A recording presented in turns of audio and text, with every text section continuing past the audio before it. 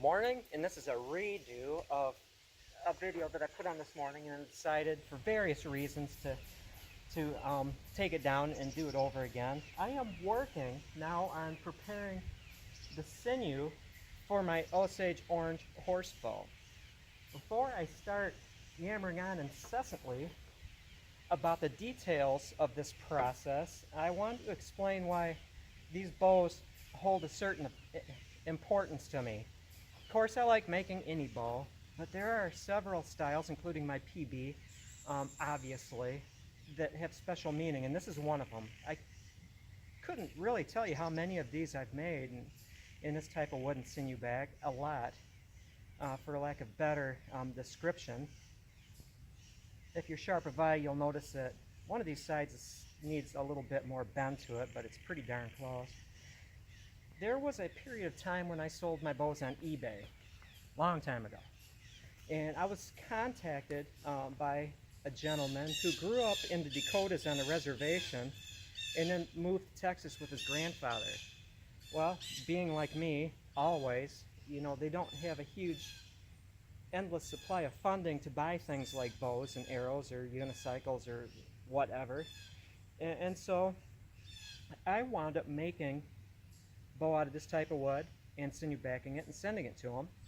And he, in turn, gave me a pipe that he made, which I still have on display in the Nature Center. It's a beautiful pipe, and I thank him for that. It was an even trade. His grandfather, who also grew up on a reservation in the Dakotas and moved to Texas, he was a hunter his entire life, but wanted to have his last hunt, because he was getting on years, using a bow of his people. And so I made him a bow. The fellow, to get into detail, opened up the package, saw the bow, and got all teary and stuff, which is such a compliment. Absolutely loved it. Wound up, his trade was this pouch, and I took this arrowhead out because it's a very tight fit. Was the first successful arrowhead he made as a 14-year-old. This must have been, gosh, 85, 90 years ago. Beautiful arrowhead. I think it deserves to be shown. And it was in this pouch. I'm going to return it. And honestly, I consider that I received the better part of that trade, because this is so special. I hope that he was successful and was able to get a deer with his bow.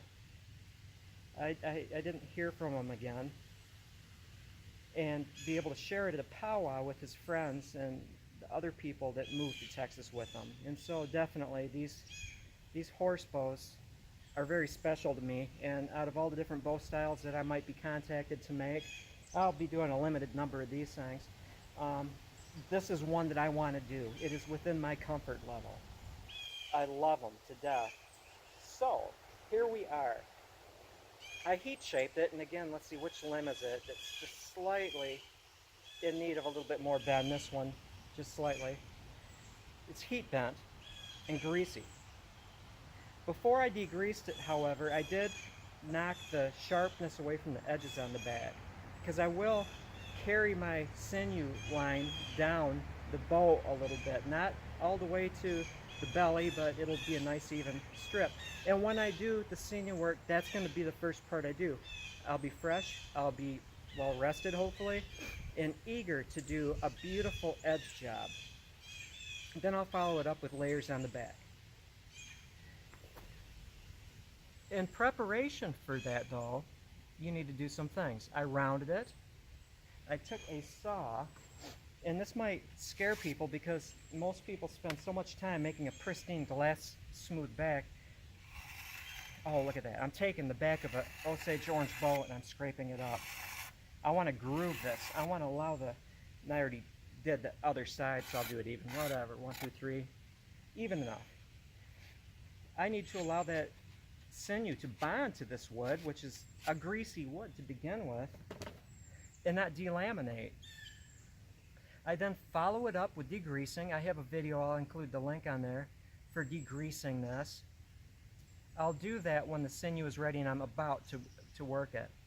degrease it using the lye solution, being very careful. Goggles, rubber gloves, stainless steel and glassware, being very careful because a strong alkaline solution is, you know, just as dangerous as an acid. That's my caution. And then exactly before I sinew back it, I'm not touching this with my bare hands. I'll always wear cotton gloves or latex gloves. Take it into the shower and wash it with Dove detergent and hot water. Give it every bit the ability to glue to the back. Now the sizing is of utmost importance.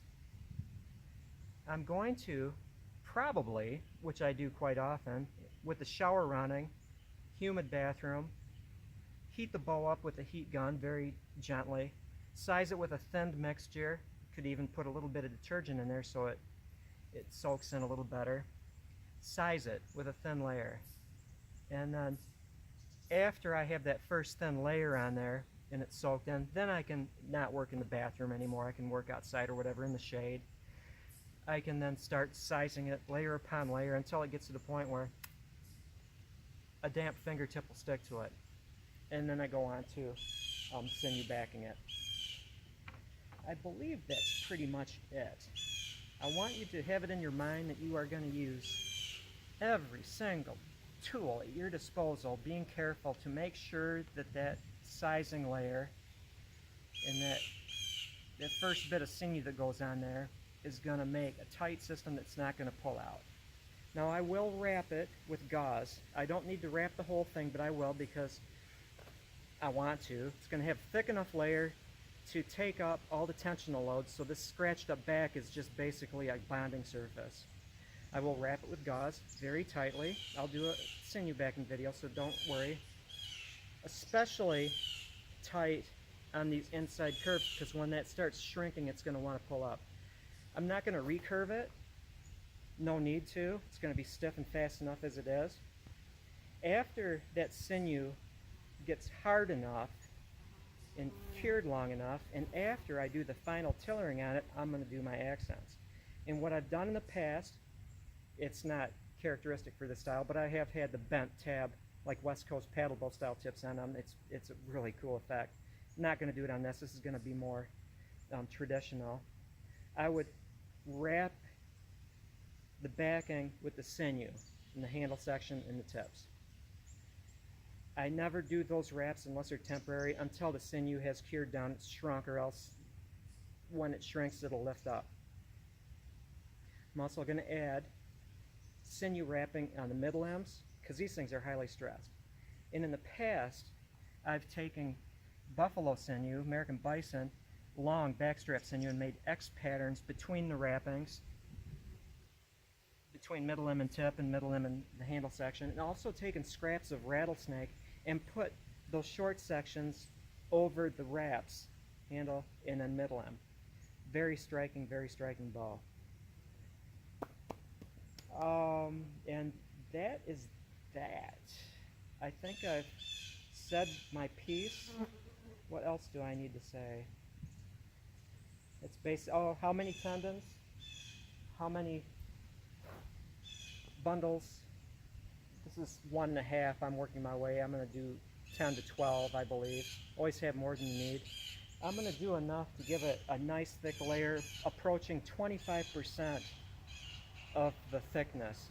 This is relatively thick, so it's not going to be 25%, maybe 15 to 20, but it's going to be a thick layer that's going to take the brunt of the tensional load. In the previous videos I mentioned that if you put it against a wall, I want 1 inch here. Well, this is Osage, and so if it's, you can see it's a lot greater than that, it might be 5 inches. It's not going to damage this wood. This is very good, shows no signs of distress where I made that big bend. It is a piece of wood that said, yep, I'm ready to go. I am not going to have problemos. And with that, I shall say thank you for watching. Have a great day. I hope that this day finds you in good health and in high spirits, and appreciate your viewership.